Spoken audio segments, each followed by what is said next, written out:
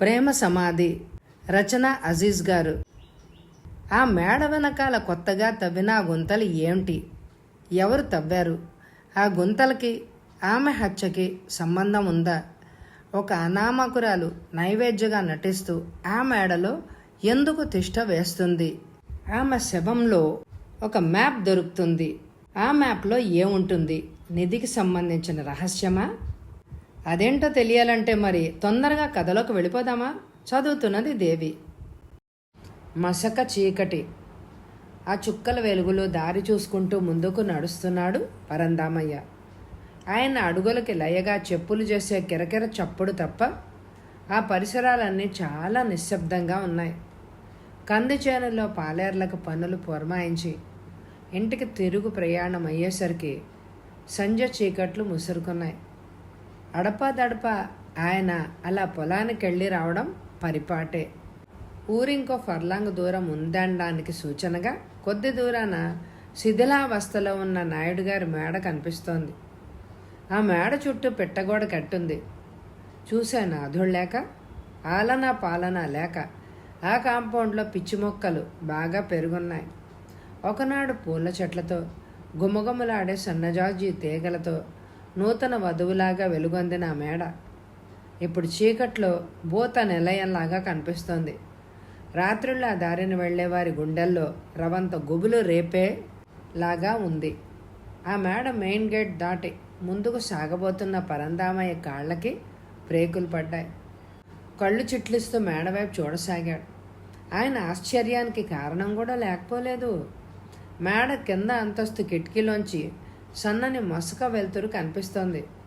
తనేమన్నా పొరపడుతున్నాడా అన్న సందేహంతో కళ్ళజోడు తీసి కండువాతో తుడిచి మరీ పెట్టుకొని చూశాడు. సందేహం లేదు, లోపల దీపం వెలుగుతోంది. 5 ఏళ్ల నుంచి మనుష్య సంచారం లేకుండా పాడిపడున్న ఇంట్లో దీపం వెలగడమా?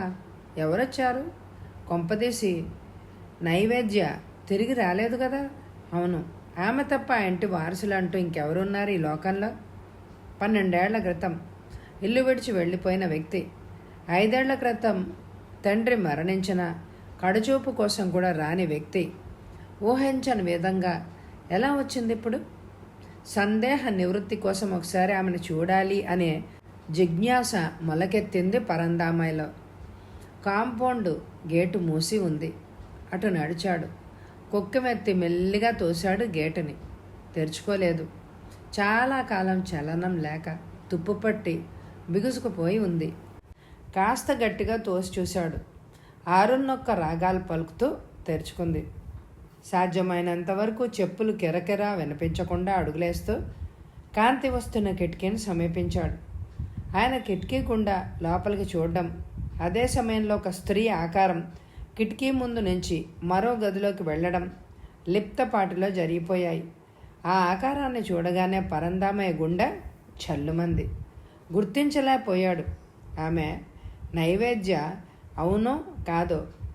తెల్ల చీర, విరబోసుకున్న జుట్టు, ఇవే ఆ మసక వెలుతురులో పరందామయ్య చూడగలిగింది. ఆమె అడుగులకి లయగా సన్నని గజ్జల మూత కూడా వినిపించినట్టు స్ఫురించింది ఆయనకు. తర్వాత ఊపిరి బిగబట్టి 10 నిమిషాలు అక్కడే నిల్చున్నాడు. మళ్ళీ ఆమె యువతలకి రాలేదు. తలుపు తడదామా అన్న ఆలోచన వచ్చింది ఆయనకు. క్షణకాలం ధైర్యం చాలక వెనుదిరిగాడు. యథాప్రకారం గేట్ మూసి ఊరివైపు అడుగులేశాడు. మగాడు తనకే ఆ ప్రదేశం అంత భయాన్ని రేకెత్తిస్తూ ఉంటే ఆడది ఒంటరిగా ఆ లంకంత ఇంట్లో ఎలా ఉండగలుగుతోందో. ఇంతకీ ఆమె ఈరోజే వచ్చిందా?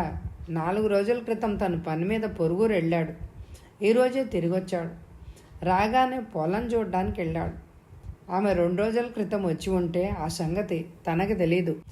ఊరివైపు పురోగమిస్తున్న అడుగుల్లాగే ఆయన మస్తిష్కం 12 ఏళ్ల వెనక్కి తిరోగమిస్తోంది.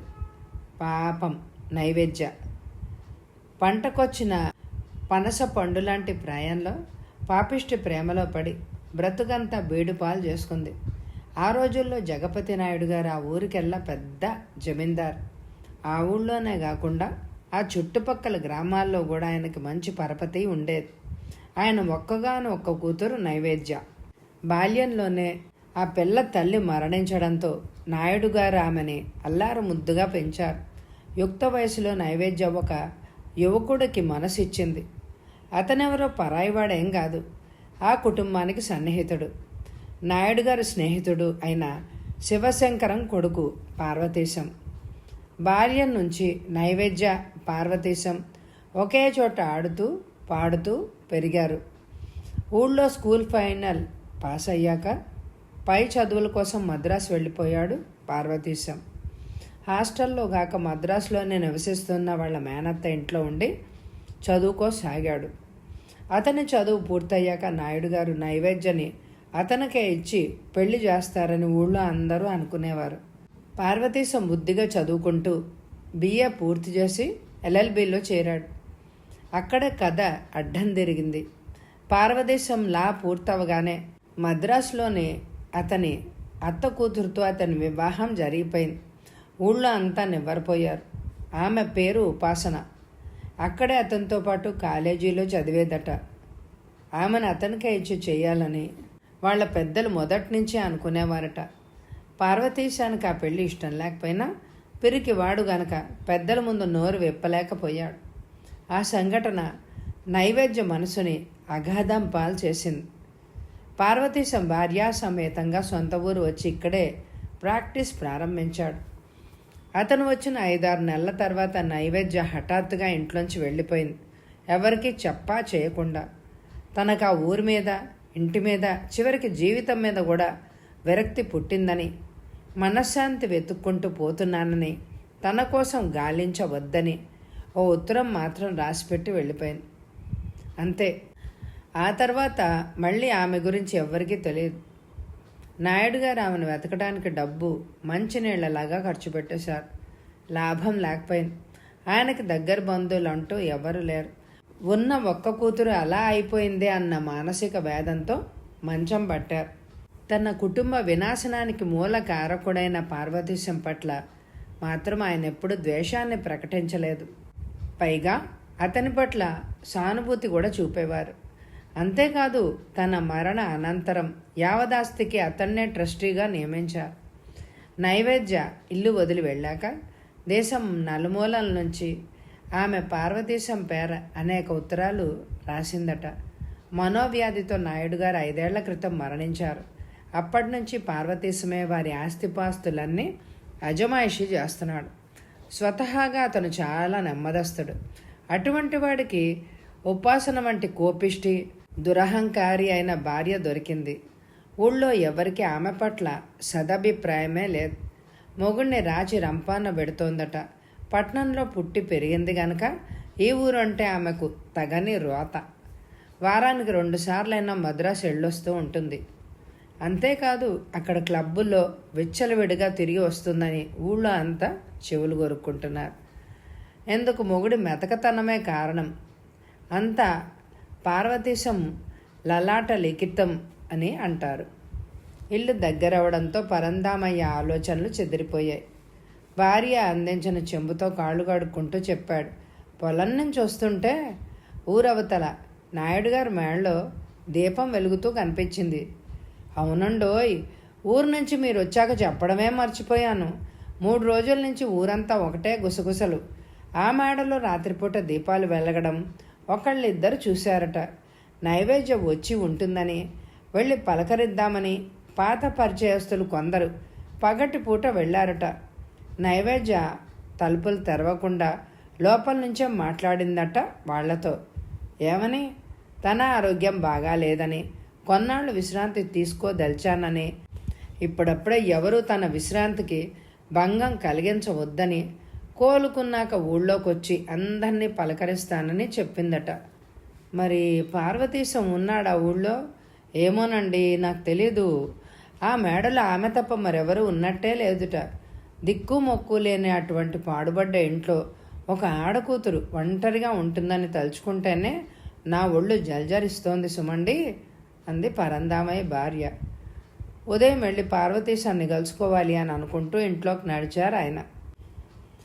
మర్నాడు పరంధామ ఇంకా పార్వతీశం ఇంటికి వెళ్ళకముందే ఊరి వాళ్ళ గుంపొకటి వచ్చింది ఆయన ఇంటికి. వాళ్ళంతా నైవేద్యం మీద ఫిర్యాదులు తీసుకొచ్చారు. మన ఊళ్ళో ఇన్నాళ్ళు వేశ్య గృహాలు లేవని గర్విస్తూ వచ్చాం. 3 రోజుల నుంచి నాయుడు గారి మేడలో దీపాలు వెలుగుతున్నాయి. అంతేకాదు ఆ ఇంట్లో ఒక స్త్రీ ఆకారం కూడా కనిపిస్తోంది. 12 ఏళ్ల క్రితం ఇల్లొదిలిపోయిన నాయుడు గారి కూతురు నైవేద్యకు తప్ప ఆ ఇంట్లో ప్రవేశించే అధికారం ఎవరికి ఉంది? ఎంత ప్రయత్నించినా ఊళ్ళో ఎవరూ ఆమెను చూడలేకపోతున్నారు. కానీ చీకటి పడగానే ఒక పురుషుడు ఒంటరిగా ఆ ఇంట్లోకి వెళ్ళడం ఒకళ్ళిద్దరి కంటపడింది. మనూళ్ళో ఇటువంటి చాటుమాటు వ్యవహారాలు జరగడం మేము సహించం అన్నాడు ఒక వృద్ధుడు. అవును, 2 రోజుల క్రితం ఆ ఇంటి చుట్టుపక్కల చీకట్లో ఒక వ్యక్తి తచ్చాడుతూ ఉండడం నా కళ్ళారా నేను చూశాను అన్నాడు మరొకడు. పరందామయ్య కాసేపు ఆలోచించి, మీ సూచనల ద్వారా ఆమె ఆ ఇంట్లో నీతి బాహ్యమైన జీవితం గడుపుతున్నట్టు నిర్ధారణ కాదు. ఆ పురుషుడు ఆమె తీసుకొచ్చిన నౌకరే కావచ్చు కదా, లేదా కాల ప్రభావం వల్ల ఆమె మనోగాయాలు మాని ఎవరినైనా పెళ్లి చేసుకుని ఉండొచ్చు కదా. అతడు ఆమె భర్తే అయి ఉండొచ్చు కదా. అయినా ఇక్కడ వ్యభిచారం చేసే కర్మ ఆమెకేం పట్టింది అన్నాడు. అప్పుడు దట్టింది వాళ్ళకి ఆలోచన. అయితే ఇంట్లోంచి ఎందుకు బయటికి రావడం లేదు? సాటి మనుషుల్ని దేనికి కలవడం లేదు? 24 గంటలు తలుపులు మూసుకుని ఇంట్లో దేనుకుంటోంది అడిగిందొక స్త్రీ. బహుశా కాలం ఆమె అందాన్ని హరించేసిందేమో, ఏదైనా దుర్ఘటనకి గురై అవటిదయిందేమో, సిగ్గుపడి బయటికి రావడం లేదేమో. ఆ విషయాలన్నీ నాకు వదిలి మీరు మీ పనులు చూసుకోండి అంటూ వాళ్ళని పంపేసి చెప్పులు తోడుకొని లాయర్ పార్వతీశం ఇంటికి బయలుదేరాడు పరందామయ్య. ఆయన పార్వతీశం ఇంటికి సమీపించడం అదే సమయంలో పార్వతీశం భార్య ఉపాసన కారు నడుపుతూ గేటు గుండా బయటికి రావడం ఒకేసారి జరిగాయి. బహుశా ఆమె పట్టణానికి ప్రయాణమై ఉంటుంది. పరందామయ్య కారుకు అడ్డం రావడంతో ఆపి కనుబొమ్మలు ఎగరేసి, పార్వతీశం ఉన్నారా అమ్మా అని అడిగాడు. లేరు, కోర్టు పని మీద 1 వారం రోజులైంది, మద్రాసు వెళ్ళి. చాలా పొడిగా జవాబిచ్చింది ఉపాసన. మళ్ళీ ఎప్పుడొస్తారో? రేపు రావచ్చు అనుకుంటున్నాను అంటూ కారు స్టార్ట్ చేసింది ఉపాసన. ఆమె అలా పుల్ల విరుపుగా మాట్లాడుతుంటే ఆమె ముందు నైవేద్య విషయం కదపడానికి మనస్కరించలేదు పరందామయ్యకు. తిరుగుమొహం పట్టాడు ఇంటికి. ఏది ఏమైనా ఒకసారి వెళ్ళి నైవేద్యాన్ని పలకరించాలి, ఆమె యోగక్షేమాలు కనుక్కోవాలి అని నిశ్చయించుకున్నాడు. అందరిలాగా ఆమె తనతో మాట్లాడడానికి నిరాకరించదు. బాల్యంలో మామయ్య అని నోరారా ఆప్యాయంగా పిలిచేది. పనులు ముగించుకొని సాయంత్రం 6 గంటల ప్రాంతంలో బయలుదేరాడు పరందామయ్య నైవేద్య ఇంటికి. అప్పటికే పరిసరాలన్నీ చీకట్లు ముసురుకున్నాయి. గేటు తోసి కాంపౌండ్లోకి అడుగుపెట్టాడు. నిన్నట్లాగే కిటికీ గుండా ఇంట్లో వెలుగుతున్న దీపం వెలుగు కనిపిస్తోంది. మూసి ఉన్న తలుపులన్నీ సమీపించాడు. ఇంట్లో అసలు మనుషులున్న అలికిడే లేదు. మునివేళ్లతో మెల్లగా తలుపు తట్టాడు. లోపల నుంచి జవాబు రాకపోవడంతో కాసేపు ఆగి గట్టిగా తట్టాడు. నిశ్శబ్దం. అలా కాదని, అమ్మాయి నైవేద్య పిలిచాడు గట్టిగా. 2 నిమిషాల తర్వాత ఎవరో అవతల నుంచి తలుపుని సమీపిస్తున్న అడుగుల సవ్వడి వినిపించింది. తలుపులు దగ్గరగా ఆగిపోయింది శబ్దం. ఎవరు? సన్నగా పలికింది స్త్రీ స్వరం. నేనమ్మా, పరందామయ్యని, మునసపు పరందామయ్యని. అలాగా, ఏం కావాలి? అదేమిటమ్మా, నీవు తిరిగొచ్చావని తెలిసి చూసిపోదామని వచ్చాను. మీ పేరు నాకు జ్ఞాపకం లేదండి. 12 ఏళ్ల మాట కదా, పేర్లు ఎలా జ్ఞాపకం ఉంటాయి? నన్ను చూస్తే తప్పక గుర్తుపడతావమ్మా. ఇంటికొచ్చిన అతిథిని ఎలా తలుపు దగ్గర నిల్చోబెట్టి మాట్లాడతావా? కాసేపు నిశ్శబ్దం. గడియ తీస్తున్న చప్పుడు. కిర్రుమంటూ తెరుచుకుంది తలుపు కొద్దిగా. లోపలికి రావచ్చా అమ్మా? రండి. లోన అడుగు పెట్టాడు పరందామయ్య. అది విశాలమైన హాలు. 5 ఏళ్ల నుంచి గోడలు సున్నానికే నోచుకోక రంగు వెలిసి నల్లబారాయి. ఆ ఇంటికి కరెంట్ ఎప్పుడో పోయింది. ఎదురుగా గూట్లో వెలుగుతోంది చిన్న దీపం. దానికి అడ్డంగా నిల్చుంది ఆమె. అక్కడ తెల్ల చీరలో ఒక స్త్రీ నిల్చున్నట్టు కనిపించిందే తప్ప ఆమె మొహాన్ని పోల్చలేకపోయాడు పరందామయ్య. ఊరొచ్చాక పార్వతీశాన్ని కలిసావమ్మా? రాగానే ఆయనకి కబురంపానండి. పని మీద మద్రాసు వెళ్ళారు అని తెలిసింది. నీ వెంట ఒక పురుషుడు కూడా ఉన్నట్లు ఊళ్ళో అంతా చెప్పుకుంటున్నారు. పెళ్లిగానే చేసుకున్నావమ్మా? ఆమె పేలవంగా నవ్వింది. ఆజన్మ బ్రహ్మచర్యం పుచ్చుకున్న నాకు పెళ్ళేంటండి? అయితే అతను నీ నౌకరై ఉంటాడు. నేనెవరిని నా వెంట తీసుకురాలేదు. అతనెవరో నాకు తెలియదు. పరంధామని నివ్వెరపోయి, ఈ లంకంతేంట్లో ఒక్కత్వి ఎలా ఉంటున్నావమ్మా? నీ తిండి తిప్పలు ఎవరు చూస్తున్నారు? అవసరమైన వస్తువులు ఎలా అందుతున్నాయి అని అడిగారు. ఎంతకాలం ఒంటరిగా జీవించిన దాన్ని అలవాటైపోయింది. ఈ ఒంటరితనం నన్నేం భయపెట్టదు. నా అవసరాలు చూసుకోవడం నాకు అలవాటే. పగలు రాత్రి నీవిలా బందీగా బ్రతకడం మాకు బాధాకరంగా ఉందమ్మా. 12 ఏళ్ల తర్వాత నిన్ను చూసి ఆనందించాలని ఊళ్ళో అంతా తహతహలాడిపోతున్నారు. ఒక్కసారి అందరినీ పరామర్శించి వస్తే బాగుండేది కదా. నిజమే, కొద్ది రోజులు విశ్రాంతి తీసుకుని అవసరమైనప్పుడు అందరినీ కలుసుకుంటాను. ఆమె అక్కడే నిల్చొని మాట్లాడుతోంది, కదలడం లేదు. కనీసం మర్యాదకైనా పరంధామను కూర్చోమనలేదు. 12 ఏళ్ల ఎడబాటు ఆమెలో ఊరివాళ్ల మీద మునపటి మమకారాన్ని ఆప్యాయతని తుడిచిపెట్టి ఉంటుంది అని అనుకుని నెట్టూడ్చాడు ఆయన. సరేనమ్మా, నేను వెళ్ళొస్తానే. నా వల్ల ఏదైనా సహాయం కావలస్తే కబురు చెయ్యి అన్నాడు వెనుదిరుగుతూ. అలాగే, థ్యాంక్స్. ఇంట్లోంచి బయటకొచ్చి గేటు వైపు నడిచాడు పరంధామయ్య. వెనక తలుపులు మూసుకున్న చప్పుడు. గేటు తెరిచి బయటికి రాబోతున్న పరంధామయ్య ఉలిక్కి పడ్డాడు. కాంపౌండ్లో ఏపుగా పెరిగిన గడ్డి పొదల్లోంచి ఒక రాయి వచ్చి అతని పాదాల ముందు పడింది. చటుక్కున వంగి దాన్ని అందుకున్నాడు. దానికేదో కాగితం చుట్టుంది. గబగబా కాగితం విప్పి జేబులోంచి లైటర్ తీసి వెలిగించాడు. ఆ వెలుగులో కాగితం మీద ఒకే ఒక పంక్తి స్పష్టంగా కనిపిస్తోంది. ప్రాణాల మీద ఆశుంటే నైవేద్యకు దూరంగా ఉండు.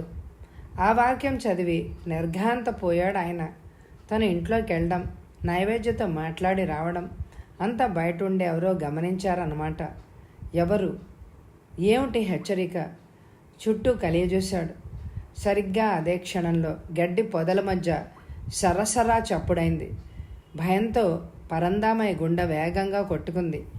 అంతవరకు అక్కడ పొంచి ఉన్న వ్యక్తి పారిపోతున్నాడా? గుండెలు అరచేతిలో పట్టుకొని అక్కడే నిల్చున్నాడు పరంధామయ్య. 2 నిమిషాల తర్వాత మళ్ళీ నిశ్శబ్దం ఆవరించింది పరిసరాల్ని. పరంధామయ్య మనసు కీడు శంకిస్తోంది.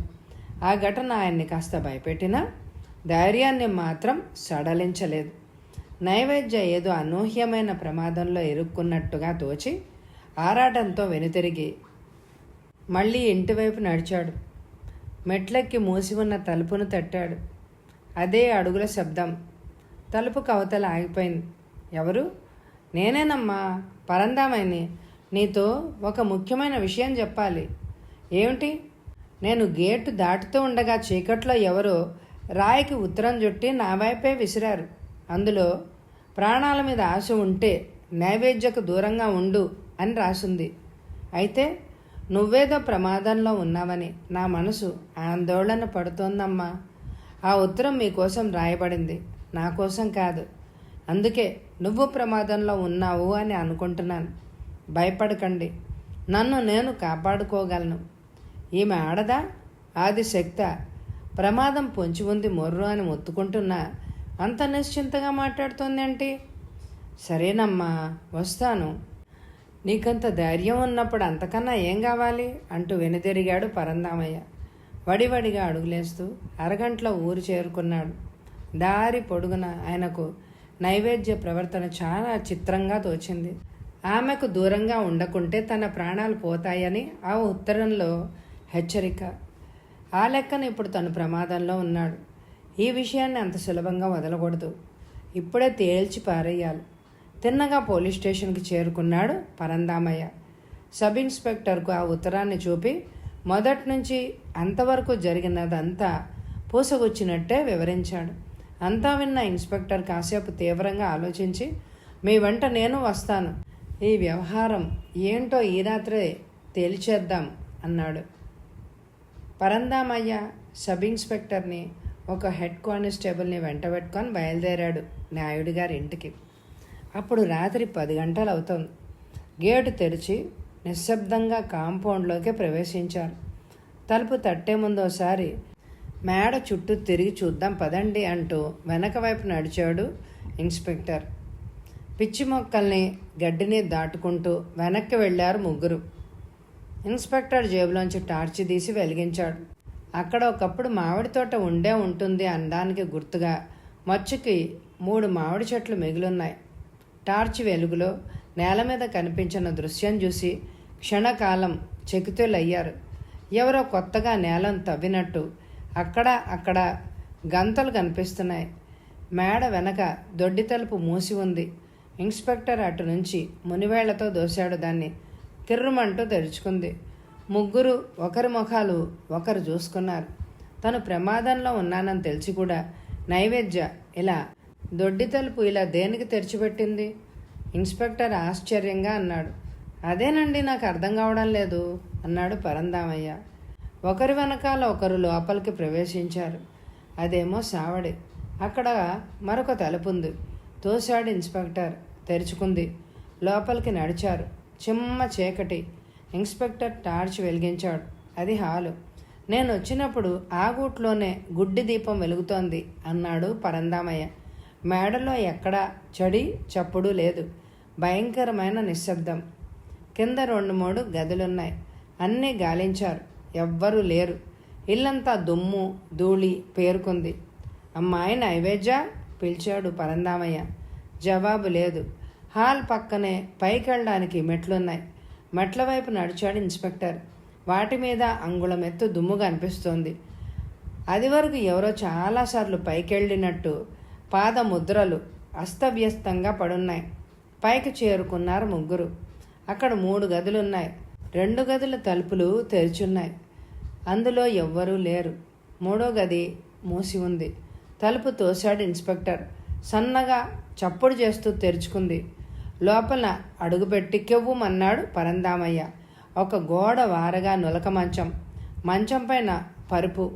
ఆ పరుపు మీద పడుకుందామె వెల్లికిలా. సజీవంగా కాదు, నిర్జీవంగా. గుండెల్లో పిడి వరకు దిగిన కత్తి. ధారాపాతంగా కారిన రక్తం. విరబోసుకున్న జుట్టు. టార్చి వెలుగు మొహం మీద పడగానే ఇన్స్పెక్టర్, ఈమె నైవేద్య కాదు అన్నాడు పరందామయ్య. ఎవరు మరి? నేను ఇంతవరకు ఈ అమ్మాయిని చూడలేదు. సాయంత్రం మీరు చూసింది మాట్లాడింది ఈమె కాదా? ఈమె మరి నైవేద్య కాదంటారేంటి? నేను చూసినప్పుడు హాల్లో గుడ్డి దీపం వెలుతురుంది. పైగా ఈమె దానికి అడ్డంగా నిల్చునే మాట్లాడింది. నేను ఎంత కళ్ళు చించుకున్నా ఈమె మొహం చూడలేకపోయాను. ఆ ఒడ్డు పొడుగు నాకు బాగానే జ్ఞాపకం. ఆమె ఈమె. ఇన్స్పెక్టర్ ఆయన శివన్ దగ్గరకు తీసుకెళ్ళి, బాగా చూసి చెప్పండి. 12 ఏళ్ల సుదీర్ఘ సమయం మనిషిలో ఎన్నో మార్పులు తెస్తుంది అన్నాడు. పరందామయ్య కాసేపు శవాన్ని పరిశీలించి, కాదు, నైవేద్య కాదు. ఆ కుందనపు బొమ్మకి ఈమెకి ఎక్కడ పోలికలే లేవు అన్నాడు. అయితే నైవేద్యలా నటిస్తూ 3 రోజుల నుంచి ఈమె ఇక్కడెందుకుంది? అదే నాకు బోధపడ్డం లేదు. ఈమె వచ్చింది మొదలు ఓ గుర్తు తెలియని వ్యక్తి ఈ చుట్టుపక్కల తిరుగుతూ కనిపించాడట. బహుశా వాడే ఈ పని చేసుంటాడు అన్నాడు పరందామయ్య. ఇన్స్పెక్టర్ ఆలోచనగా తలూపుతూ గదంతా కలియజూశాడు. ఓమూల టేబుల్ మీద పెద్ద సూట్ కేసు కనిపించింది. గబగబా అటు నడిచి సూట్ కేసు తెరిచాడు. చీరలు, బ్లౌజులు, టాయిలెట్ సామాన్లే కాకుండా డజనుకు పైగా రకరకాల డ్రై ఫ్రూట్స్ టిన్స్ ఉన్నాయి అందులో. చూసారా? భోజనం వండుకునే అవసరం లేకుండా వెంట డ్రై ఫ్రూట్ టిన్స్ కూడా తెచ్చుకుంది. ఈ 3 రోజులు వీటితోనే గడుపుండాలి అంటూ సూట్ కేసులోని సామాన్ అంతా బోర్లించాడు ఇన్స్పెక్టర్. అడుగున చిన్న వ్యానిటీ బ్యాగ్ కనిపించింది. దాన్ని అందుకొని తెరిచాడు. 150 రూపాయలు, కొంత చిల్లర, ఓ విజిటింగ్ కార్డు బయటపడ్డాయి. ఆతృతగా ఆ కార్డును అందుకని చూశాడు. Miss Gitanjali, blue star night club, Madras. అమ్మయ్య, హతురాలి ఊరు పేరు తెలిసాయి. ఈ మాత్రం చాలు. వెంటనే మద్రాస్ క్రైమ్ బ్రాంచ్కి మెసేజ్ పంపాలి. ఇది హత్య కేసు, వాళ్లే పరిశోధిస్తారు. నువ్వు ఇక్కడే శవాన్ని చూస్తూ ఉండే, నేనెళ్ళి మెసేజ్ పంపుతానని హెడ్ కానిస్టేబుల్కి చెప్పి పరందామయ్యను వెంట పెట్టుకొని బయలుదేరాడు sub inspector. Madras crime branch head quarters నుంచి ఇన్స్పెక్టర్ రాజారెడ్డి, సార్జెంట్ డేవిడ్ పంపబడ్డారు అక్కడికి. రాజారెడ్డి ఆ యువతి శవాన్ని, ఇంటిని క్షుణ్ణంగా పరిశీలించాడు. పరందామయ్య చెప్పిన కథనం విన్నాడు. తెల్ల వారుతుండగా శవాన్ని మార్చురీకి, స్థానిక సివిల్ హాస్పిటల్కి తరలించారు. అప్పటికే ఆ వార్త దావాలనంలాగా వ్యాపించింది ఊరంతా. ఆ మేడ ముందు 2 కానిస్టేబుల్ని కాపలా నియమించి మిగతా అందరూ స్థానిక పోలీస్ స్టేషన్ చేరుకున్నారు. ఈ కేసులో ఒకే ఒక్క విషయం చాలా క్యూరియస్గా ఉంది. మేడ వెనకన కొత్తగా తవ్వబడ్డ గుంతలు. ఏమిటవి? ఎవరు తవ్వారు? ఆ గుంతలకి ఆమె హత్యకి సంబంధం ఉందా? ఒక అనామకురాలు నైవేద్యగా నటిస్తూ ఆ మేడలో దేనికి తిష్ట వేసింది అన్నాడు ఇన్స్పెక్టర్ రాజారెడ్డి తీవ్రంగా ఆలోచిస్తూ. అదే సమయంలో టేబుల్ మీద టెలిఫోన్ గణగణా మోగింది. సబ్ ఇన్స్పెక్టర్ రిసీవర్ తీసి, ఎస్, పోలీస్ స్టేషన్ అన్నాడు. నేను పార్వతీశం మాట్లాడుతున్నాను. మద్రాసు నుంచి రాగానే కొద్ది రోజులుగా నాయుడు గారి ఇంట్లో జరిగిన విచిత్రమైన సంఘటనలు తెలిసాయి. మీతో మాట్లాడి వివరాలు తెలుసుకోవాలని ఉంది. రండి, వెంటనే బయలుదేరి రండి. థ్యాంక్స్. అవతల ఫోన్ డిస్కనెక్ట్ అయింది. రిసీవర్ పెట్టేసి, ఫోన్ ఎవరు చేశారు చెప్పాడు ఇన్స్పెక్టర్. అమ్మయ్య, పార్వతీశం సమయానికి వచ్చాడు అన్నాడు పరందామయ్య. 5 నిమిషాల తర్వాత పోలీస్ స్టేషన్ ముందు ఒక ఫియట్ కారు వచ్చి ఆగింది. బక్కపల్చగా ఉన్న ఒక వ్యక్తి కారు దిగి లోపలికి వచ్చాడు. వీరే లాయర్ పార్వతీశం అంటూ రాజారెడ్డికి పరిచయం చేశాడు సబ్ ఇన్స్పెక్టర్. 40 ఏళ్లుంటాయి పార్వతీశానికి. కోలమొహం, ఎప్పుడూ ఏదో ఆలోచిస్తూ ఉండే కళ్ళు, అక్కడక్కడ నెరిసిన ఉంగరాల జుట్టు, కళ్ళకి అద్దాలు. అతను కూర్చున్నాక నాయుడు గారు మరణిస్తూ ఆయన యావదాస్తికి మిమ్మల్ని ట్రస్టీగా నియమించారు కదా అని అడిగాడు రాజారెడ్డి. పార్వతీశం తలూపి, ఇప్పుడు ఆ ఆస్తికి ఏకైక వారసురాలు నైవేద్య. 12 ఏళ్ల క్రితం ఆమె ఇల్లు విడిచిపెట్టి వెళ్ళిపోయింది. ఆ బెంగతో నాయుడు గారు మంచం పట్టి 5 ఏళ్ల క్రితమే పోయారు. విచిత్రం ఏమిటి అంటే, తండ్రి మరణించిన 6 నెలల తర్వాత హఠాత్తుగా నైవేద్య నాకు ఒక ఉత్తరం రాసింది అన్నాడు. ఏమని? తను ఇల్లు విడిచిపెట్టేటప్పుడు తెచ్చుకున్న నగ నట్ర అమ్ముకుంటూ ఎంతకాలం దేశంలోని వివిధ పుణ్యక్షేత్రాలు దర్శిస్తూ గడిపేశానని, ఇప్పుడు చేతిలో డబ్బంతా హరించుకుపోయిందని, వెంటనే డబ్బు పంపమని కలకత్తా నుంచి రాసింది ఆ ఉత్తరం. అలా అనుకోకుండా ఆమె ఆచూకీ తెలిసినందుకు నేనెంతో సంతోషించాను. దురదృష్టవశాత్తు ఆ వార్త విని ఆనందించడానికి నాయుడు గారు ఈ లోకంలో లేరు. నైవేద్య కోరిన ప్రకారం ఆమె పేర 5,000 రూపాయలకు చెక్కు పంపాను. దాంతోపాటు ఆమె తండ్రి మరణించిన విషయం తెలుపుతూ వెంటనే ఇంటికొచ్చి ఆస్తిపాస్తులు చూసుకోమని జాబు రాశాను. కొద్ది రోజుల్లోనే ఆమె నుంచి 2వ ఉత్తరం వచ్చింది. తండ్రి మరణం తననెంతో కృంగదీసిందని, ఇంటికి రాలేనని, వస్తే తండ్రి జ్ఞాపకాలు వేధిస్తాయని, తను ఒకచోట స్థిరంగా ఉండనని, చిరునామా మారినప్పుడల్లా తెలియజేస్తానని రాసింది. తర్వాత దేశం నలుమూలల నుంచి ఆమె ఉత్తరాలు రాసాగాయి. డబ్బు కోరుతూ కోరినంతా పంపేవాణ్ణి. చివరికి భూమి పుట్ర అమ్మేసే స్థితి కూడా వచ్చింది. దానికి ఆమె అభ్యంతరం ఏమీ చెప్పలేదు. ఇన్నాళ్ళు ఆమె ఆస్తిపాస్తులు కొద్దిగా అమ్ముతూ డబ్బు పంపేవాణ్ణి. వారం రోజుల క్రితం ఆమె రాసిన చివరి ఉత్తరం మద్రాసు నుంచే వచ్చింది. అందులో అర్జెంటుగా 6,000 కావాలి అని రాసింది. తన చిరునామా తెలపకుండా care of general post office పేర డబ్బు పంపమని కోరింది. పంపించారా? పార్వతీశం పెదవి విరిచి, నా సొంత డబ్బులో కొంత పంపవలసి వచ్చింది. కారణం, ఇప్పుడు ఆమె ఆస్తిలో మిగిలిందల్లా 2 వస్తువులు అన్నాడు. ఏంటవి? ఒకటి వాళ్ళ ఇల్లు, రెండోది అంటూ ఆగిపోయాడు పార్వతీశం. చెప్పండి. క్షమించండి ఇన్స్పెక్టర్, నేను చెప్పకూడదు. ఆ రహస్యాన్ని నైవేద్యకు తప్ప మరెవ్వరికి చెప్పవద్దని నాయుడు గారు మరణిస్తూ నా చేత ప్రమాణం చేయించుకున్నారు. మరణించిన వారి చివరి కోరిక మన్నించడం మన సాంప్రదాయం. ఆ రహస్యం ఉత్తరాల్లో రాసేది కాదు కనుక నైవేద్యకు రాసే ఉత్తరాల్లో నేనెప్పుడు దాని ప్రస్తావన ఎత్తలేదు. ఏదో ఒకనాడు ఆమె తిరిగి వస్తుంది కదా, అప్పుడు చెప్దాము అని ఊరుకున్నాను. ఇప్పుడు ఆస్తి అంతా హరించుకుపోయింది. పైగా ప్రస్తుతం నైవేద్యం మద్రాసులోనే ఉంది. ముఖాముఖి కలుసుకొని చెప్దామని మద్రాసు వెళ్ళి ఎంత గాలించినా ఆమె ఆచూకీ దొరకలేదు. తను కనిపిస్తే బలవంతంగా ఎక్కడ ఇంటికి లాక్కుపోతారు అని భయపడి కనిపించకుండా జాగ్రత్త పడుతోంది కాబోలు. నేను ఒకసారి ఆమె రాసిన ఉత్తరాలు చూడాలి అని అనుకుంటున్నాను. దానివల్ల ఆమె సైకాలజీ స్టడీ చేయొచ్చు, చూపిస్తారా అని అడిగాడు ఇన్స్పెక్టర్. తప్పకుండా, ఇప్పుడే పట్టుకొస్తానంటూ లేచాడు పార్వతీశం. కారులో వెళ్ళి 10 నిమిషాల్లో తిరిగొచ్చాడు. అతడి చేతిలో చిన్న ఉత్తరాల కట్ట ఉంది. దాదాపు 25 ఉత్తరాలు ఉంటాయి అవి. వాటితో పాటు నైవేద్యకు డబ్బు పంపిన రసీదులు కూడా ఉన్నాయి. కట్ట విప్పి మొదటి ఉత్తరం అందుకున్నాడు ఇన్స్పెక్టర్ రాజారెడ్డి. అది 12 ఏళ్ల క్రితం నైవేద్య ఇల్లు విడిచిపోతూ రాసిన ఉత్తరం. డియర్ పార్వతీశం, జీవితంలో మనం ఏవేవో అనుకుని ఊహా సౌదాలు నిర్మించుకొని అలాగే జరుగుతాయి అని అనుకుంటాం. కానీ విధి వీచే వడగాల్పులకు అవన్నీ త్రుటిలో శిథిలమైపోతాయని నాకు ఇప్పుడే తెలిసింది. నీ వంటి పిరికివాడికి, అర్భకుడికి మనసిచ్చి నేనెంత పొరపాటు చేశానో ఇప్పుడే గ్రహించాను. నా మనసు విరిగిపోయింది. జీవితం మీదే విరక్తి పుట్టింది. నీకు దూరంగా, దిగంతాలకు అందనంత దూరంగా పారిపోమ్మని మనసు పదే పదే ఆరాట వెళ్తున్నాను. మనశ్శాంతి వెతుక్కుంటూ వెళ్ళిపోతున్నాను. అది దొరికినాడే నిక్షేపంగా తిరిగి వస్తాను. అంతవరకు సెలవు. నాన్నగారికి ధైర్యం చెప్తూ ఉండు. నేను తప్ప ఆయనకి ఈ లోకంలో మరెవరూ లేరు.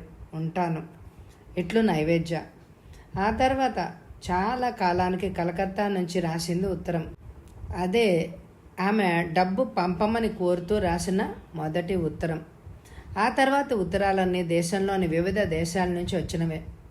చివరి ఉత్తరం మాత్రం కొద్ది రోజుల క్రితమే మద్రాసు నుంచి పోస్ట్ చేయబడింది. ఉత్తరాలు చూడడం పూర్తయ్యాక రసీదులు పరిశీలించాడు రాజారెడ్డి. అన్నీ పెద్ద పెద్ద మొత్తాల్లో డబ్బు పంపినవి. తిరిగి వాటిని కట్టగట్టి పార్వతీశానికి ఇస్తూ, ఆల్ రైట్, మీరు వెళ్ళి రెస్ట్ తీసుకోండి, అవసరమైతే మళ్ళీ పిలిపిస్తాం అన్నాడు ఇన్స్పెక్టర్. పార్వతీశం వెళ్ళిపోయాడు. టెలిఫోన్ మోగింది. సబ్ ఇన్స్పెక్టర్ రిసీవర్ అందుకుని, ఎస్ స్పీకింగ్ అన్నాడు. నేను హాస్పిటల్ నుంచి డాక్టర్ ప్రభుదాస్ మాట్లాడుతున్నాను. మీరు తక్షణం ఇక్కడికి రావాలి. ఏం జరిగింది? మీరు పంపిన శవాన్ని నేను మార్చురీ జరపబోతుండగా ఒక వ్యక్తి వచ్చి ఇక్కడ పెద్ద గొడవ చేస్తున్నాడు. మనిషి బాగా తాగున్నాడు. పేరేమో ఆనందరావుట. ఆ శవాన్ని ఒకసారి చూసి తీరాలి అని పట్టుబడుతున్నాడు. ఎందుకు? ఆమె నైవేద్యం అవునో కాదో చూసి గుర్తుపడతాను అన్నట్ట. ఆల్ రైట్, అతన్ని అక్కడే ఆపుంచండి, క్షణంలో వచ్చేస్తామంటూ రిసీవర్ దించి ఆ విషయాన్ని రాజారెడ్డికి వివరించి చెప్పాడు సబ్ ఇన్స్పెక్టర్. ఏ ఆనందరావు?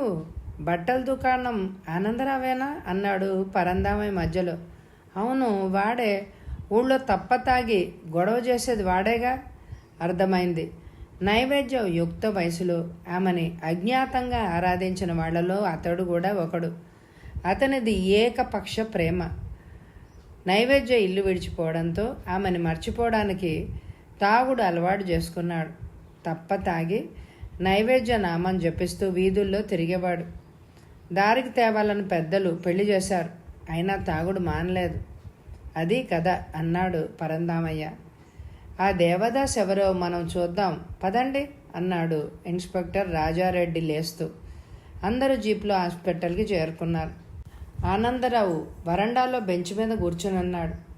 నోటికి విరామం లేకుండా ఏదో వాగుతూ ఉన్నాడు. ప్లీజ్ ఒక్కసారి ఆమెను చూడనివ్వండి, నా సర్వస్వాన్ని ఒక్కసారి చూడనివ్వండి డాక్టర్. ఆమె నైవేద్యం అవునో కాదో నేను చిటికలో చెప్పేస్తాను. రాజారెడ్డి అతని భుజం తట్టి, నీకు అవసరం లేదు, ఆమె నైవేద్యం కాదని తేలిపోయింది అన్నాడు. ఆనందరావు ఇన్స్పెక్టర్ని అగాదిగా చూసి, నన్ను ఆపడానికి అసలు నువ్వెవరు అన్నాడు అరుస్తూ. ఇన్స్పెక్టర్ ఏదో చెప్పబోతూ ఉండగా అప్పుడే హాస్పిటల్లోంచి వరండాలోకి వచ్చిన ఒక మధ్య వయస్కురాలు ఆనందరావును చూసి టక్కున ఆగిపోయింది. ఇన్స్పెక్టర్ గారు, రాత్రి నాయుడు గారి ఇంటి దగ్గర ఇతను అనుమానాస్పదంగా తిరుగుతూ ఉండడం నా కళ్ళారా నేను చూశాను అంది సబ్ ఇన్స్పెక్టర్తో. అది విని అక్కడున్న వాళ్ళంతా నివ్వెరబోయారు. ఆనందరావు ఆమెని మింగేసేలాగా చూస్తూ, అవును వెళ్ళాను, నీకెందుకు అన్నాడు రంకెలేస్తూ. ఇన్స్పెక్టర్ అతన్ని ఆపి, ఆ మేడ దగ్గరికి ఎందుకు వెళ్ళావు అని అడిగాడు. ఇంకా ఎందుకు, నైవేద్యం చూడడానికి. ఆమె ఊళ్ళోకి వచ్చి 3 రోజులైనా ఎవరిని కలవలేదు, ఎవరూ ఆమెను చూడలేదు. కనీసం నేనైనా ఒక చూపు చూసి వద్దామని వెళ్ళాను. ఇతను కిటికీ దగ్గర నిల్చుని తొంగి తొంగి చూస్తూ కనిపించాడు నాకు. ఇతనే ఆమెను చంపుంటాడు, మధ్యలో అందుకుందా స్త్రీ. ఆమె మీదకు ఉరకబోతున్న ఆనందరావు నాపి, అప్పుడు టైము ఎంత ఉంటుంది అని అడిగాడు ఇన్స్పెక్టర్. 9 గంటలు అనుకుంటా. అంత రాత్రి మీరెక్కడ ఏం చేస్తున్నారు? అలా అడగండి ఇన్స్పెక్టర్ అన్నాడు ఆనందరావు. పని మీద రంగాపురం వెళ్ళొస్తున్నాను. అక్కడి నుంచి బయలుదేరేసరికి చీకటి పడింది. ఇతను నాయుడు గారింటికి గేటు తెరుచుకొని లోపలికి వెళ్ళడం చూశాను. మసక చీకట్లో ఏం చేస్తాడో చూద్దామని అక్కడే నుంచున్నాను. దొంగలా కిటికీని సమీపించాడు. అప్పుడు ఆ కిటికీ తెరిచింది. లోపల చిన్న దీపం వెలుగుతోంది. అందుకే నేను అతన్ని బాగా గుర్తుపట్టగలిగాను. అవును వెళ్ళాను, అంతేగాని నేను ఆమెనేం చంపలేదు. నా ఆరాధ్య దేవతని చేజేతులా ఎలా చంపుతాననుకున్నావు అరిచాడు ఆనందరావు. అదే సమయంలో మరో స్త్రీ అక్కడికి వచ్చి ఆనందరావుని చూసి, ఇక్కడేం చేస్తున్నారండి? తాగితే ఓ చోట ఉండరు కదా, పదండి ఇంటికి అంది అతన్ని రెక్కబుచ్చుకుంటూ. ఎవరిమే అడిగాడు రాజారెడ్డి పరందామయ్యని. ఆనందరావు భార్య. ఇప్పుడు అతను మనలో లేడు, తర్వాత మాట్లాడుకుందాం, వెళ్ళనివ్వండి అన్నాడు సబ్ ఇన్స్పెక్టర్తో. భార్య వెంట వెళ్ళిపోయాడు ఆనందరావు. డాక్టర్తో శవ పరీక్ష ప్రారంభించమని చెప్పి తిరిగి జీప్లో బయలుదేరారు అంతా. పోలీస్ స్టేషన్ ముందు జీప్ ఆపి వాళ్ళు లోపలికి వెళ్ళారో లేదో ఒక అంబాసిడర్ కారు వచ్చి ఆగింది గేట్ దగ్గర. నాయుడు గారి ఇంటి ముందు కాపలా ఉంచి వచ్చిన కానిస్టేబుళ్ళు ఫుల్ సూట్లో ఉన్న ఒక 6 అడుగుల వ్యక్తి దిగొచ్చారు. ఏం జరిగింది, ఈమెవరు అని అడిగాడు సబ్ ఇన్స్పెక్టర్ వాళ్ళని. ఆ కారులో ఈయన నాయుడు గారి ఇంటికొచ్చి ఒకసారి ఆ ఇంట్లోకి వెళ్ళి చూడనివ్వమని మాతో పేచీకి దిగారు. అనుమానం వేసి లాక్కొచ్చాం అన్నాడు కానిస్టేబుల్. సబ్ ఇన్స్పెక్టర్ ఆ వ్యక్తిని యగాదిగా చూసి, ఎవరు మీరు, నాయుడు గారి ఇంట్లో మీకేం పని అని అడిగాడు. అతను మౌనంగా జేబులోంచి ఒక విజిటింగ్ కార్డ్ తీసి బల్ల మీద గెరవటేశాడు. సబ్ ఇన్స్పెక్టర్ కార్డు అందుకుని, mister Diwakar, proprietor of blue star night club, Madras అని ఉంది. ఆ చిరునామా చదివి నివ్వరపోయాడు సబ్ ఇన్స్పెక్టర్. కారణం, రాత్రి హత్య చేయబడ్డ యువతి పర్సులోనూ ఇదే అడ్రస్ ముద్రించిన కార్డు దొరికింది. దీన్ని కేవలం కాకతాళీయం అని అనుకోవాలా లేక ఆలోచిస్తూ దాన్ని రాజారెడ్డికి అందించి, నా 2వ ప్రశ్నకు మీరు ఇంకా జవాబే చెప్పలేదే అన్నాడు అతన్ని చూస్తూ. ఈ మధ్య ఆ ఇంటిని అమ్మబోతున్నట్టు లాయర్ పార్వతీశం గారు పత్రికల్లో ప్రకటించిన వార్త చూసి దాని ఖరీదు ఎంతుంటుందో ప్రత్యక్షంగా అంచనా వేసుకుందామని బయలుదేరాను. ఆ ఇంటి ముందు పోలీస్ కాపలా ఉన్నారు. అక్కడ వారి కాపలా ఎందుకో నాకు తెలియలేదు. అయినా ఎలాగో ఇంత దూరం వచ్చాను గనక ఒకసారి లోపలికెళ్ళి చూద్దామని ట్రై చేశాను, అంతే. ఇక్కడికి లాక్కొచ్చారు వీళ్ళు. నేనోసారి లాయర్ పార్వతీశాన్ని కలుసుకోవాలి అని అనుకుంటున్నాను అన్నాడతను. గీతాంజలి తెలుసా మీకు హఠాత్తుగా అడిగాడు ఇన్స్పెక్టర్ రాజారెడ్డి అతన్ని. అతడి కనుబొమ్మలు ముడిపడినాయి. ఏ గీతాంజలి? ఆ పేరు గల వాళ్ళెవరు మీ క్లబ్లో లేరా? లేరే. ఆల్ రైట్, పార్వతీ సంఘాన్ని కలుసుకోవాలనుకున్నారు కదూ, వెళ్ళండి. థ్యాంక్స్ అంటూ బయటికి నడిచాడు అతను. డేవిడ్, ఫాలో హిమ్ అన్నాడు ఇన్స్పెక్టర్ రాజారెడ్డి సార్జెంట్తో.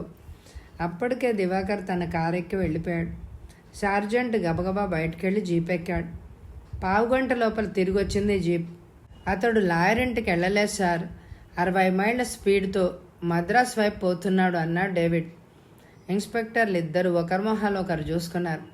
వెంటనే పార్వతీశాన్ని పిలుచుకురా అన్నాడు రాజారెడ్డి. సార్జెంట్ వెళ్ళి 10 నిమిషాల్లో తను వెంట పెట్టుకొని వచ్చాడు. మీరు ఆ ఇల్లు అమ్మబోతున్నట్టు పత్రికల్లో ప్రకటించారా అడిగాడు ఇన్స్పెక్టర్. లేదే, ఎవరు చెప్పారు మీకు? నోరు తెరిచాడు పార్వతీశం. ఇన్స్పెక్టర్ జరిగింది అతనికి వివరించాడు. అంతా విన్న పార్వతీశం బ్రూకుటి ముడిపడింది. సాలోచనగా తలూపి, ఇప్పుడు అర్థమైంది ఇన్స్పెక్టర్ గారు, ఇక దాచి లాభం లేదు. నా భార్య ఉపాసనకి క్లబ్లో ప్యాకాట్ ఆడే దురలవాటుంది. ఆమె దురదృష్టమో నా కర్మో తెలియదు కానీ ఉపాసన తరచూ జూదంలో ఓడిపోతూ ఉంటుంది. అప్పుడప్పుడు క్లబ్ వాళ్ళకి బాకీ పడుతూ ఉంటుంది. అవి చెల్లించేది నేనే. ఆమెను ఆ దురలవాట్ల నుంచి తప్పించడానికి నేను చేసిన ప్రయత్నాలన్నీ విఫలమయ్యాయి. ప్రస్తుతం ఆమె మద్రాసులోనే ఉంది. బ్లూ స్టార్ నైట్ క్లబ్లోనే తరచూ ఆడుతూ ఉంటుంది. బహుశా ఈ మధ్య ఏ పెద్ద మొత్తమో అక్కడ బాకీ పడి ఉంటుంది. అందుకే నన్ను కలుసుకుని బాకీ కింద నాయుడు గారి ఇల్లు కొనేయమని అతన్ని ఆమె పంపి ఉంటుందని నా అనుమానం అన్నాడు నీరసంగా. అటువంటి భార్యను మీరు ఇంతకాలం ఎలా భరిస్తున్నారు? ఇన్ని అవస్థలు పడే కంటే విడాకుల ద్వారా ఆమె నుంచి విముక్తి పొందొచ్చుగా అన్నాడు ఇన్స్పెక్టర్. పార్వతీశం పేలవంగా నవ్వి, నాలో అంత ధైర్యం ఉండి ఉంటే ఆమెను అసలు కట్టుకునేవాణ్ణే కాదు అన్నాడు. అదే సమయంలో టెలిఫోన్ మోగింది. సబ్ ఇన్స్పెక్టర్ రిసీవర్ అందుకుని, ఎస్ స్పీకింగ్. ఇన్స్పెక్టర్, మీరు వెంటనే హాస్పిటల్కి రాగలరా? అవతల నుంచి డాక్టర్ కంఠం వినిపించింది ఆతురంగా. What happened sir? మీరు తక్షణం ఇక్కడికి రావాలి. శవంలోంచి ఆశ్చర్యకరమైన వస్తువు ఒకటి బయటపడింది. ఇప్పుడే వస్తున్నామంటూ రిసీవర్ పెట్టేసి రాజారెడ్డికి సంగతిని వివరించాడు. పార్వతీశాన్ని పంపేసి సార్జెంటు, సబ్ ఇన్స్పెక్టర్లతో జీప్ ఎక్కాడు రాజారెడ్డి. హాస్పిటల్ వరండాలో నిల్చుని వాళ్ల కోసమే ఎదురుచూస్తున్నాడు డాక్టర్. వాళ్ళు జీప్ దిగ్గానే నా వెంట రండి అంటూ ముగ్గురిని మార్చురీ గదిలోకి తీసుకెళ్లాడు. గది మధ్య టేబుల్ మీద వెల్లికిలా పడుకోబెట్టి ఉంది గీతాంజలి శవం. చెప్పండి, ఏం జరిగింది అని అడిగాడు రాజారెడ్డి ఆతృతగా. డాక్టర్ జేబులోంచి మడతబెట్టిన చిన్న మైనపు కాగితం తీసి అందించాడు అతనికి. ఆత్రంగా ఆ కాగితం విప్పి చూశాడు ఇన్స్పెక్టర్. అది మ్యాప్, ఇండియన్ ఇంకుతో వేసిన ఇంటి మ్యాప్. ఎక్కడ దొరికింది మీకు ఇది? అడిగాడు ఆశ్చర్యంగా. శవాన్ని మార్చురీ చేయబోతూ తల కాస్త పక్కకు ఎత్తడానికి చేయి పెట్టాను. వెంట్రుకల మధ్య ఏదో ఉన్నట్టు వేళ్లకు తగిలింది. ఏమిటా అని పరీక్షగా చూశాను. ఇది కనిపించింది. ఆమె జుట్టు అడుగున గమ్తో అతికించి ఉంది అన్నాడు డాక్టర్. మ్యాప్ను జాగ్రత్తగా పరిశీలించాడు ఇన్స్పెక్టర్. అది నాయుడు గారి ఇంటి మ్యాప్. ఇంటి ముందు భాగం, వెనక భాగం స్పష్టంగా చిత్రించి ఉన్నాయి. వెనక భాగంలో దూరంగా నాటిన 3 మామిడి చెట్లు. ఆ చెట్ల నడుమ ఒక సమాధి. ఆ సమాధికి కొంచెం దూరంలో నేలపై క్రాస్ గుర్తు వేసి ఉన్నాయి. ఇది నాయుడు గారి ఇంటి మ్యాపే. నేను మద్రాసు నుంచి వచ్చి ఆ ఇంటి పరిసరాలను చూసినప్పుడు పెరట్లో ఉన్న ఈ సమాధి నన్ను ఆకర్షించింది. హడావిడిలో అప్పుడు దాని విషయం మార్చాను. నాయుడు గారేమో హిందువులు. మరణించిన వారిని దహనం చేయడం హిందూ ధర్మం. హిందువులైన నాయుడు గారి ఇంటి పెరట్లో సమాధి ఏంటి అడిగాడు రాజారెడ్డి సబ్ ఇన్స్పెక్టర్ని. అతను భుజాలు ఎగరేసి, నేను ఈ ఊరికి ట్రాన్స్ఫర్ అయ్యి ఏడాది అవుతోంది కదా, నాకు అసలు ఏమీ తెలియవు. ఆ పరందామయ్యకి తప్పక తెలిసే ఉంటుంది ఈ సమాధి గురించి అన్నాడు. సార్జెంట్ని పంపి వెంటనే పరందామయ్యని పిలిపించారు. ఆయన ఆ కాగితాన్ని చూసి, అవును, ఇది నాయుడు గారి ఇల్లే. మీరన్నట్టు నిజంగానే ఈ సమాధికో కథ ఉంది. చిన్నప్పుడు నైవేద్య ఒక కుక్కను పెంచేది. అదంటే ఆ పిల్లకి పంచ ప్రాణాలు. ఒకరోజు కుక్క జబ్బుబడి మరణించింది. ఆ దుఃఖాన్ని భరించలేకపోయింది నైవేద్య. దాన్ని ఇంటి పెరట్లో పాతి ఈ సమాధి కట్టించింది.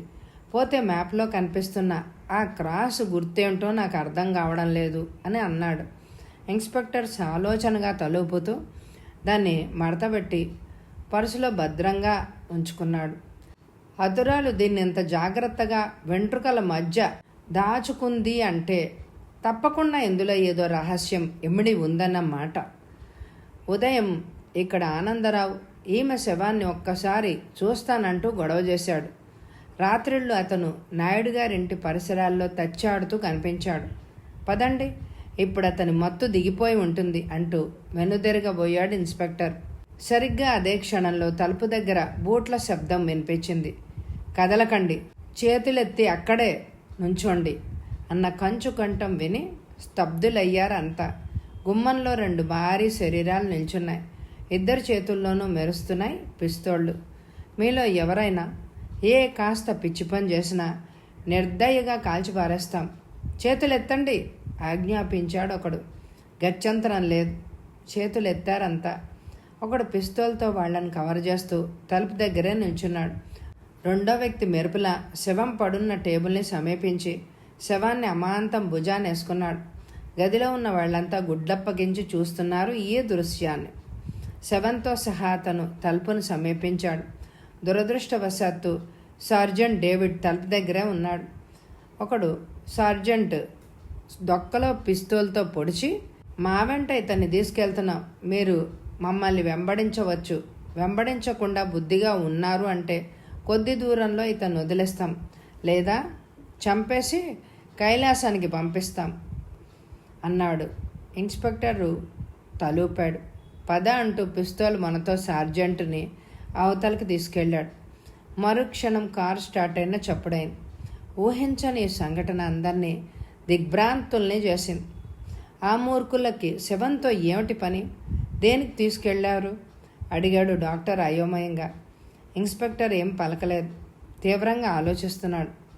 సార్జెంట్ సురక్షితంగా తిరిగొస్తాడా లేదా అని అందరి గుండెలు పీచు పీచుమంటున్నాయి. గంట తర్వాత తిరిగొచ్చాడు సార్జెంట్ డేవిడ్. అతని చేతుల మీద మొహం మీద చిన్న చిన్న దెబ్బలు కనిపిస్తున్నాయి. వాళ్ళతో ఫైట్ చేసి తప్పించుకున్నావా అడిగాడు inspector. No. Car Madras road మీదకి మళ్ళీ మైలు దూరం వెళ్ళాక తమనెవరు వెంబడించడం లేదని నిశ్చయించుకుని నడుస్తున్న కారులోంచి నన్ను దోసేశారు. ఓ లారీ ఎక్కి వచ్చాను. వాళ్ళ సంగతి చూద్దాం. ముందు ఆనందరావును కలుసుకోవాలి, పదండి అంటూ బయటికి నడిచాడు రాజారెడ్డి. నలుగురు జీపెక్కి బయలుదేరారు. పరందామయ్య చూపిన ఇంటి ముందు దిగారు. తలుపులు మూసున్నాయి. తట్టాడు సార్జెంట్. ఎవరు అంటూ తెరిచింది ఆనందరావు భార్య. ఆయన ఉన్నాడా ఇంట్లో? మళ్ళీ తాగి పడుకున్నాడండి. సబ్ ఇన్స్పెక్టర్ మొహం చిట్లించాడు. మాట్లాడే స్థితిలో లేడా? ఆమె తల తిప్పి, మీరెందుకు వచ్చారో నాకు తెలుసు. ఆ యువతిని మావారే చంపుంటారని మీ అనుమానం కదూ? ఆ హత్య ఆయన చేయలేదని గట్టిగా చెప్పగలను అంది. ఇన్స్పెక్టర్ కళ్ళు విప్పారాయి. అంత ఖచ్చితంగా చెప్పడానికి ఆధారాలు ఏమిటి? ఉన్నాయి. ఆయన ఒకప్పుడు నైవేద్యని ప్రేమించిన సంగతి నాకు తెలుసు. గత 4 రోజులుగా నైవేద్య తిరిగి వచ్చిందని ఊళ్ళో పుకారు బయలుదేరింది. అప్పటి నుంచి ఆయన వాలకం మారిపోయింది. రాత్రిళ్ళు ఇంటికి రావడమే మానేశారు. ఆ నైవేద్యతోనే గడుపుతున్నారేమోనని నాకు అనుమానం వేసింది. నిన్న రాత్రి అతన్ని రహస్యంగా వెంబడిస్తూ వెళ్ళాను. నా అనుమానమే నిజమైంది. ఆయన తిన్నగా నైవేద్య ఇంటికెళ్ళి ముందు కిటికీలోంచి తొంగి చూశారు. తర్వాత తలుపు తెరుచుకొని ఇంట్లోకి ప్రవేశించారు. లోపల వాళ్ళు ఏం చేస్తున్నారో చూద్దామని మెల్లగా కిటికీని సమీపించి నేను చూశాను. ఆయన ఆ యువతి మంచం మీద కూర్చున్నారు. ఆమె చేతిలో చిన్న కాగితం ఉంది. దాన్ని ఆయనకి చూపిస్తూ ఏదో చెప్తోంది. వాళ్ళు ఏం మాట్లాడుకుంటున్నారో నేను వినలేకపోయాను. కాసేపటికి ఆయన ఆమె వద్ద సెలవు తీసుకొని ఇంటికి వచ్చేశారు. అంతవరకు ఆమె సజీవంగానే ఉంది. అందుకే అంత ఖచ్చితంగా చెప్పగలుగుతున్నాను, మావారు ఆ హత్య చెయ్యలేదు అని. ఇన్స్పెక్టర్ బుర్ర చురుగ్గా పనిచేయసాగింది. ఆ యువతి 3 రోజుల నుంచి నైవేద్యగా నటిస్తూ ఆ ఇంట్లో తిష్టవేసి పెరట్లో దేనికోసమో తవ్వుతూ వెతకసాగింది. 3 రోజులైనా ఆమెకు ఆ వస్తువు దొరకలేదు. తనకి మరొకరి సహాయం అవసరమని ఆ ఊరి వాళ్లలోనే ఎవరినైనా పట్టాలని నిశ్చయించింది. కాకతాళీయంగా నైవేద్యం కోసం అక్కడ పడిగాపులు కాస్తున్న ఆనందరావు కనిపించాడు ఆమెకు. అతన్ని లోపలికి పిలిచి ఆ కాగితం చూపించి ఉంటుంది. బాగా ఆలోచించి ఈరోజు మళ్ళీ వస్తానని చెప్పి వచ్చి ఉంటాడు ఆనందరావు. అతడు ఇటు రాగానే అక్కడ ఆమె హత్య జరిగిపోయింది. ఉదయం ఆనందరావుకు ఆమె హత్య సంగతి తెలిసేసరికి ఎలాగైనా రాత్రి ఆమె చూపించిన మ్యాప్ చేజిక్కించుకోవాలి అని అనుకున్నాడు. అందుకే హాస్పిటల్లో ఆమె శవం పోస్ట్మార్టం జరుగుతున్నప్పుడు ఒక్కసారి చూస్తానని గొడవ చేశాడు. ఆయనతో కూడా మాట్లాడి పిలవండి అన్నాడు ఇన్స్పెక్టర్.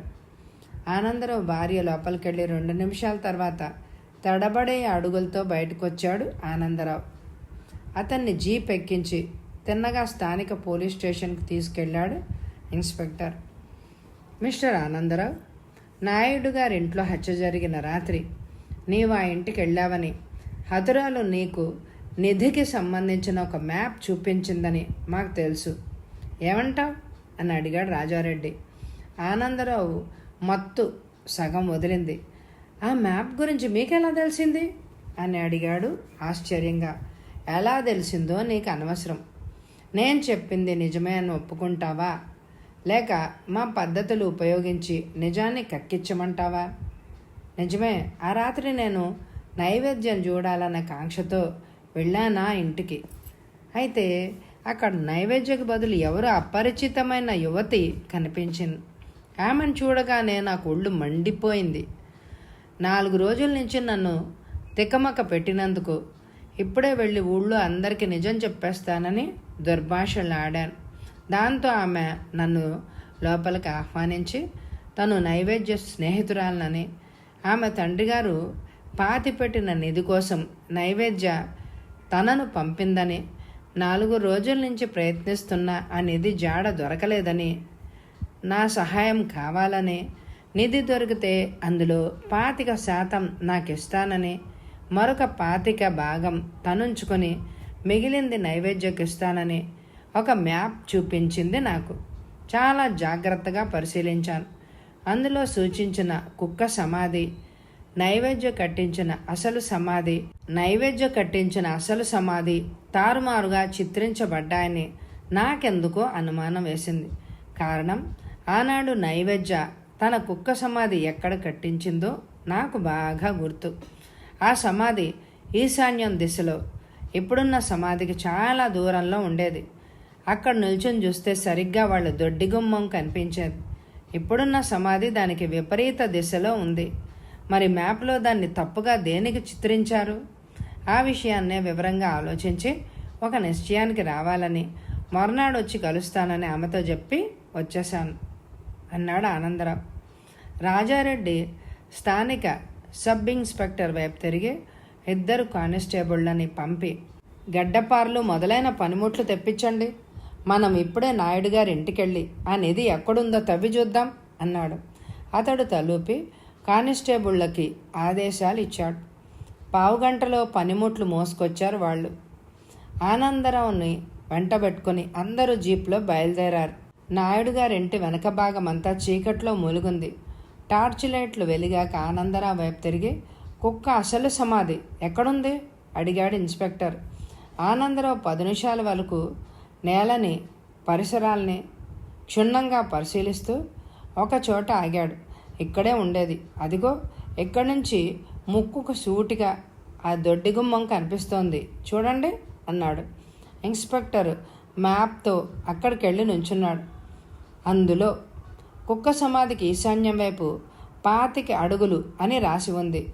ఆనందరావు నిల్చున్న చోట నుంచి ఆ వైపు అడుగులేస్తూ లెక్కబెట్టాడు. సరిగ్గా 25 అడుగులేసి ఆగిపోయాడు. కానిస్టేబుళ్లను కేకేసి అక్కడ తవ్వమని ఆజ్ఞాపించాడు. తవ్వకం ప్రారంభమైంది. అందరూ ఊపిరి బిగబట్టి చూస్తున్నారు. గంట లోపల 3 అడుగుల లోతు, 4 అడుగుల వెడల్పు గొయ్య తయారైంది. గొయ్య లోతు అధికం అవుతున్న కొద్దీ క్యూరియాసిటీతో అందరి గుండెలు దడదడలాడసాగాయి. హఠాత్తుగా ఒక కానిస్టేబుల్ గావు కేక పెట్టాడు. ఏం జరిగింది అంటూ గొయ్యని చుట్టుముట్టేశారు అంతా. లోపల కనిపించిన దృశ్యం వాళ్ళని దిగ్భ్రాంతుల్ని చేసింది. గోతిలో ముడుచుకొని పడింది ఒక అస్థి పంజరం, మానవ అస్థి పంజరం. తీయండి బయటికి అరిచాడు inspector. Sergeant David, sub inspector వంగుని ఆ కంకాళాన్ని బయటికి తీశారు. టార్చ్ వెలుగులో ఆ అస్థిపంజరం చేతి ఎముకలకి మట్టి కొట్టుకున్న గుండ్రటివేవో కనిపించి పరీక్షగా చూశాడు రాజారెడ్డి. అవి గాజులు, ఎర్రని మట్టి గాజులు. ఇన్స్పెక్టర్ బుర్రలో సినిమా రీళ్లు తిరగసాగాయి. ఆనందరావు, నీవు నైవేద్యను ప్రేమించావు కదూ అడిగాడు గంభీరంగా. ప్రేమించడం కాదు ఇన్స్పెక్టర్, ఆరాధించాను, తపస్సు చేశాను. అందుకే నా మనఃఫలకం నుంచి ఆమె రూపాన్ని చెరుపుకోలేకపోయాను ఇంతకాలం. ఆమెలో ఏ ప్రత్యేకత ఉండేదని ఎంతగా ఆమె పిచ్చిలో పడ్డావు? ఆ రోజుల్లో మీరు ఆమెను ఒకసారి చూసి ఉంటే ఇలా అనేవారే కాదు ఇన్స్పెక్టర్. ఆమె ఒక సౌందర్య దీప్తి, కావ్య ప్రాప్తి. వెన్నెల్లో ఆమె పచార్లు చేస్తూ ఉంటే జాబిల్లు కూడా వెలబెలబోతూ సిగ్గుపడేది. అటువంటి అపురూప అందాల ఖని నా వంటి పామరుడి ఆరాధనకు అయోగ్యురాలంటారా? ఇన్స్పెక్టర్ ఆ అస్థి పంజరం మీద టార్చ్ వేసి చూడు ఆనందరావు, ఆనాటి నీ అందాల రాశి ఇప్పుడేమైందో అన్నాడు నవ్వుతూ. ఆనందరావు రెప్ప వేయకుండా కాసేపు ఆ కంకాళాన్ని చూసి గావు కేక పెడుతూ నేల మీద కూలి మూర్చబోయాడు. ఇది నైవేద్య స్కెలిటన్ అంటావా? మీకెలా తెలుసు? అడిగాడు సబ్ ఇన్స్పెక్టర్ ఆశ్చర్యంగా. చెప్తాను, తొందరపడకండి అంటూ జీపు వైపు పరిగెత్తాడు ఇన్స్పెక్టర్. కానిస్టేబుల్ కింద పడున్న ఆనందరావుని ఎత్తి జీపులో పడుకోబెట్టారు. మరుక్షణం జీపు ఊరు వైపు పరుగుదీసింది. పార్వతీశం ఇల్లు ఇదే కదూ? అడిగాడు రాజారెడ్డి జీపుకు బ్రేక్ వేస్తూ. సార్జెంట్ తలూపాడు. రండి అంటూ జీప్ దిగి కాంపౌండ్ వైపు నడిచాడు రాజారెడ్డి. కాంపౌండ్లో పార్వతీశం ఫియట్ కార్ ఆగుంది. అయ్యగారు ఉన్నారా? అడిగాడు వరండాలో ఎదురైన నౌకర్ని. ఉన్నారండి, అమ్మగారు అయ్యగారు ఇప్పుడే వచ్చారండి, మేడ మీద ఉన్నారు, పిలవమంటారా? అక్కర్లేదు, మేమే వెళ్తాం అంటూ హాల్లోకి ప్రవేశించాడు ఇన్స్పెక్టర్. హాల్ పక్కనే పైకి వెళ్ళడానికి మెట్లున్నాయి. ఇన్స్పెక్టర్ని అనుసరిస్తూ అందరూ మేడ మీదకి వెళ్ళారు. పైన 2 గదులున్నాయి. ఒక గది తలుపులు మూసి ఉన్నాయి. మునివేళ్లతో తలుపు తట్టబోయాడు ఇన్స్పెక్టర్. చేయి పడగానే కిర్రుమంటూ తెరుచుకుంది. లోపల చీకటి, చిమ్మ చీకటి. పార్వతీశం పిలిచాడు. జవాబు లేదు. టార్చ్ వెలిగించాడు. ఆ వెలుగులో నేల మీద కనిపించిన దృశ్యం ఇన్స్పెక్టర్ నెత్తిన ఉరుములేని పిడుగు వేసింది. కళ్ళప్పగించి అటే చూస్తూ ఉండిపోయాడు. నేల మీద వెల్లికిలా పడుంది ఉపాసన. నుదుటి మధ్య బొట్టు పెట్టినట్టు గుండ్రని రంధ్రం. ఆ రంధ్రంలోంచి ఉబికి చారలు చారలుగా కారిన రక్తం. కళ్ళు ఏదో భయంకరమైన దృశ్యం చూస్తున్నట్టు తెరుచున్నాయి. వెంటనే గోడ తడిమి లైట్ వెలిగించాడు. ఆ వెలుగులో గది మధ్య కనిపించిన దృశ్యం అందరినీ స్తబ్దుల్ని చేసింది. గది మధ్య తాడుకి వేలాడుతున్నాడు పార్వతీశం. ప్రాణం లేని పార్వతీశం. సరిగ్గా అతని కాళ్ళ దగ్గర నేల మీద రెపరెపలాడుతోంది ఒక కాగితం. చటుక్కున దాన్ని అందుకున్నాడు ఇన్స్పెక్టర్. అది మరణించే ముందు పార్వతీశం రాసిన ఉత్తరం. డియర్ ఇన్స్పెక్టర్, ఈ నిర్ణయం నేను ఎప్పుడో తీసుకోవాల్సింది, కానీ విధి చేతిలోనూ నా భార్య చేతిలోనూ ఎంతకాలం కీలుబొమ్మనై ఆడుతూ వచ్చాను. అట్టే కాలం మా రహస్యం దాగదని తేలిపోయింది. అందుకే ఈ తుది నిర్ణయం తీసుకున్నాను. చచ్చే ముందు ఆ విషాద గాథ మీకు చెప్పడం ధర్మం. నా అభీష్టానికి విరుద్ధంగా మా పెద్దలు ఉపాసనతో నా పెళ్లి చేశారు. బాల్యం నుంచి బీరువుని కావడం వల్ల అప్పుడు నోరు ఎత్తలేకపోయాను. నిజానికి ఉపాసన కూడా నన్ను మనసారా ప్రేమించింది. నేను మద్రాసు నుంచి భార్యా సమేతంగా ఈ ఊరు వచ్చి ప్రాక్టీస్ ప్రారంభించాను. నేను చేసిన పనికి నైవేద్య మనసు చిన్న భిన్నమైంది. ఆమెని ఓదార్చడానికి, మళ్ళీ మామూలు మనిషిని చేయడానికి తరచూ వాళ్ళ ఇంటికి వెళ్ళేవాడిని. దాంతో ఉపాసన ఈర్ష్యాభిమానాలతో దహించుకుపోసాగింది. నేను నైవేద్యను కలుసుకోకూడదని ఆంక్షలు పెట్టేది. అయినా ఆమె కళ్ళు గప్పి నైవేద్యను కలుసుకునేవాడిని. ఒక రాత్రి మామూలుగా నైవేద్యం కలుసుకోవడానికి వెళ్ళాను. అప్పుడు ఆమె తోటలో కూర్చుంది. నాయుడు గారు పని మీద ఏదో ఊరు వెళ్ళారు. నన్ను వెంబడిస్తూ అక్కడికి ఉపాసన ఎప్పుడొచ్చిందో నాకు తెలియదు. చీకట్లోంచి మెరుపులా యువతలకు వచ్చి పిస్తోల్తో నైవేద్యం మీద కాల్పులు జరిపింది. ఆమె అక్కడికక్కడే మరణించింది. నేను నిర్ఘాంతపోయాను. కేవలం నా మీద ప్రేమతో, నైవేద్యం మీద ఈర్ష్యతో ఆ హత్య చేసిన ఉపాసన పట్ల నాకు జాలేసింది. ఆమెను కాపాడాలనే ఉద్దేశంతో అప్పటికప్పుడు గొయ్య తవ్వి నైవేద్యాన్ని పూడ్చేశాను. అప్పుడే ఆ గొయ్య తవ్వినప్పుడే నాయుడు గారు అక్కడ దాచిపెట్టిన నిధి కూడా మాకు దొరికింది. నాయుడు గారు చనిపోయేటప్పుడు నైవేద్యకు అందచేయమని ఆ నిధి మ్యాప్ నాకు ఇచ్చాడు. నేను ఎందుకైనా మంచిదని కుక్క సమాధి మరో చోట కట్టించి మ్యాపు మరొకటి తయారు చేశాను. నైవేద్యను చంపిన తర్వాత ఆమె ఇల్లు విడిచిపోయినట్టు దొంగలేఖలు సృష్టించి అందరినీ మభ్యపెట్టాను.